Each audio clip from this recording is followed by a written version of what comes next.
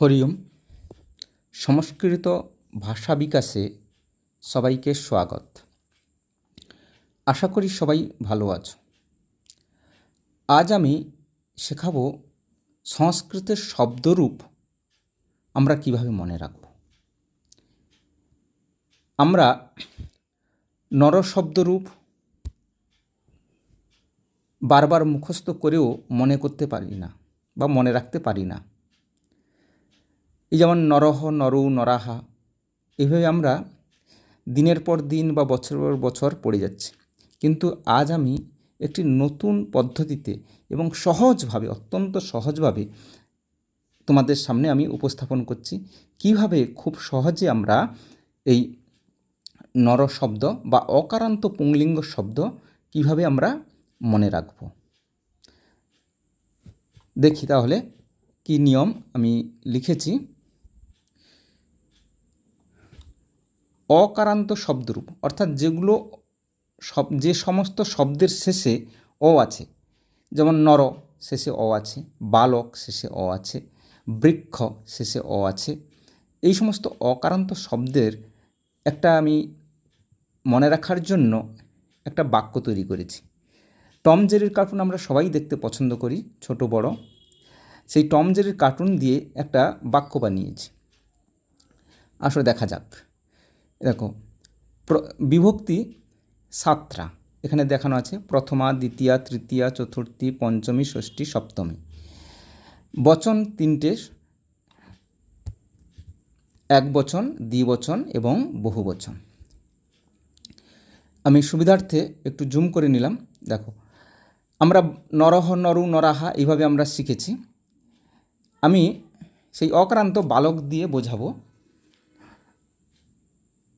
পুনঃ, তাহলে বাক্যটা হলো পুনঃ টম কেন ট্রেনটায় হঠাৎ রহস্য করে বল। তাহলে কি শিখলাম? পুনঃ টম কেন ট্রেনটায় হঠাৎ রহস্য করে বল। আমাদের যে হাতের 5টি আঙুল রয়েছে, আমরা গণনা কিন্তু কনিষ্ঠ আঙুল থেকে শুরু করি। তো কনিষ্ঠ আঙুলের প্রথম যে রেখা সেটাকে আমরা প্রথমা ধরব, একইভাবে দ্বিতীয় রেখাটিকে দ্বিতীয়া ধরব, এইভাবে ক্রমান্বয়ে আমরা সপ্তমী পর্যন্ত চলে যাব। তাহলে আমরা হাতের রেখাতেও সহজে এইভাবে মনে রাখতে পারি, পুনঃ টম কেন ট্রেনটায় হঠাৎ রহস্য করে। এইভাবে 2 থেকে 3 বার বাক্যটা বললে কিন্তু খুব সহজেই আমাদের বাক্যটা মুখস্থ হয়ে যাবে। এবার মেলাচ্ছি, দেখো, পুনঃ বালকঃ, শেষে বিসর্গ আছে, এখানেও বিসর্গ। টম বালকম, কেন বালকেন, ট্রেনটায় বালকায়, হঠাৎ বালকাৎ, রহস্য বালকস্য, করে বালকে, আর শেষে বল বালক। তাহলে এখানে মিলেছে। আচ্ছা, আমি এবার একটু নর শব্দটার সঙ্গে মিলিয়ে নিই। দেখো, এক বচন, ওখানে আমরা পড়েছি পুনঃ, দেখো নরহ, টম নরম, কেন নরেন, ট্রেনটায় নরায়, হঠাৎ নরাত, রহস্য নরস্য, করে নরে, আর বল নর। আশা করি সবাই বুঝতে পেরেছ। এক বচনটা আমরা এইভাবে পড়ব। এরপরে আসি দ্বিবচন। একটু জুম করে নিলাম সুবিধার্থে। দ্বিবচনের ক্ষেত্রেও আমি একইভাবে তৈরি করেছি।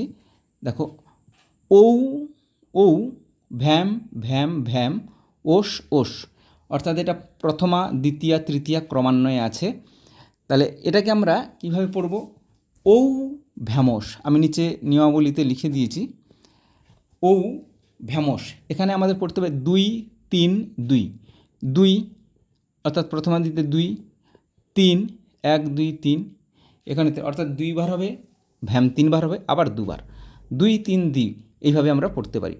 ঔ ভ্যাম ওষ, তাহলে একসঙ্গে কী, ঔ ভ্যামোস, কীভাবে পড়তে পারি? ঔ ভ্যামোস।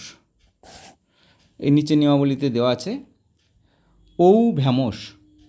আর দ্বিবচনের ক্ষেত্রে ঔ ভ্যামোস, আর এক বচনের ক্ষেত্রে দেওয়া আছে এই যে পুনঃ টম কেন ট্রেনটায় হঠাৎ রহস্য করে বল। এই বাক্যটা আমি লিখে দিয়েছি। এবার দ্বিবচনে হলো ঔ বালকৌ বালকৌ, বালকাভ্যাম, তৃতীয়া থেকে বালকাভ্যাম, তৃতীয়া থেকে শুরু, মানে তৃতীয়া থেকে মনে রাখবে 3 বার হবে, বালকাভ্যাম, বালকাভ্যাম, বালকাভ্যাম। তাহলে নর কী হবে? নরৌ, নরৌ, নরাভ্যাম, নরাভ্যাম, নরাভ্যাম। আবার কি যে ওষ, যেখানে যেখানে দন্তস্ব হসন্ত থাকবে সেই দন্তস্ব হসন্ত তুলে দিয়ে আমরা সেখানে বিসর্গ দেবো। এখানে ও এসছে দেখো, বালকয়ে ওহো, ও দিয়ে আবার বালকয়ে ওহো হলো। তাহলে আমরা দ্বিবচনে কী শিখলাম? ঔ ভ্যামস। এই ঔটা অন্যান্য শব্দরূপে চেঞ্জ হবে, কিন্তু তৃতীয়া থেকে একই থাকবে, ভ্যামস। ভ্যাম 3 বার, ওষ 2 বার, ভ্যামস। ভ্যাম ভ্যাম ভ্যাম আর ওষ ওষ, আর একসঙ্গে মনে রাখার জন্য ভ্যামস। এরপর আসি বহুবচন। বহুবচনে দেখো আবার সেই প্রথমা দ্বিতীয়া থেকে, এখানে তৃতীয়া থেকে সমস্ত ক্ষেত্রে প্রায় একই হবে, অকারান্তের ক্ষেত্রে ওইস হবে। তো আমি বলে দিই, যেহেতু আমরা অকারান্ত শিখছি, অকারান্তের নিয়মটা আমি বলে দিই। আস, আন, ওইস, ভিয়স, টু, মানে ভিয়স 2 বার, নাম, সু। তাহলে কি হলো? আসান, ওইস, ভিয়স, টু, নাম, সু। কেন ভিয়স 2 বলছে এখানে? না, ভিয়স 2 বার হবে, টু। আসান, দেখো আকার দিয়ে দন্তস্বসন্ত সমান বিসর্গ বলেছি, বালকাহা। আন, বালকান। ঐশ, ওই দিয়ে বিসর্গ, বালকৈহি। ভিয়স, বালকে ভিয়হ, ভয়জফলা দিয়ে বিসর্গ। ভিয়স, বালকে ভিয়হ বিসর্গ। এই যে নাম বা নাম, এবার কোথায় দন্তন হয় মূর্ধন্য হয় আমি বিশেষ নিয়মাবলিতে আমি বলে দেবো। এখন মোটামুটি বলে দিচ্ছি যে যখন র, রেপ, রি বা মূর্ধন্য থাকে, পরে দন্তনটা মূর্ধন্য হয়ে যায়। তাহলে কী হলো? বালকা নাম। সু, বালকে সু। এই সুয়ের ব্যাপারটা বলে দিই। এই সকার উচ্চারণের পূর্বে যদি অ বা আ থাকে, সেই সটা দন্তস্ব হবে, যেমন লতাসু।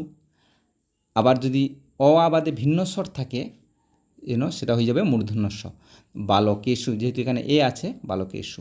বিশেষ নিয়মাবলী আমি দিয়ে দেবো পরের পাঠে, সেখানে থেকে। তাহলে আমরা কী শিখলাম প্রথমা থেকে? এইভাবে আমরা দেখব। পুনঃ টম কেন ট্রেনটায় হঠাৎ রহস্য করে বল। দ্বিবচনে কি বললাম? ঔ ভ্যামস। বহুবচনে কি বললাম? আসান, ওইস, ভিয়স, টু, নাম, সু হলো। এবার আমি মনে রাখার উপায়ের জন্য বলে দিয়েছি যে একবচন পুনঃ টম কেন ট্রেনটায় হঠাৎ রহস্য করে বল, দ্বিবচনে ঔ ভ্যামস, আর বহুবচনে আসান, ওইস, ভিয়স, টু, নাম, সু। এই অকারান্ত শব্দের ন্যায় ক্লিবলিঙ্গ শব্দও হবে, শুধু প্রথমা দ্বিতীয়াটা একই রূপ, আর তৃতীয়া থেকে ওই পুংলিঙ্গ শব্দের মতো। অর্থাৎ এই যে কেন ট্রেনটায় হঠাৎ রহস্য করে বল হলো। আর শুধু প্রথমা দ্বিতীয়া কী হবে? একবচন, দ্বিবচন, বহুবচনে ফলম, ফলে, ফলানি। একইভাবে দ্বিতীয়তেও ফলম, ফলে, ফলানি হলো। আর বাদ বাকি সমস্ত কিন্তু ওই পুংলিঙ্গ শব্দের মতো হবে, ওই একই নিয়মে। আশা করি সবাই বুঝতে পেরেছ। ভিডিওটি ভালো লাগলে অবশ্যই শেয়ার করবেন এবং সাবস্ক্রাইব করে দেবেন। ধন্যবাদ সবাইকে।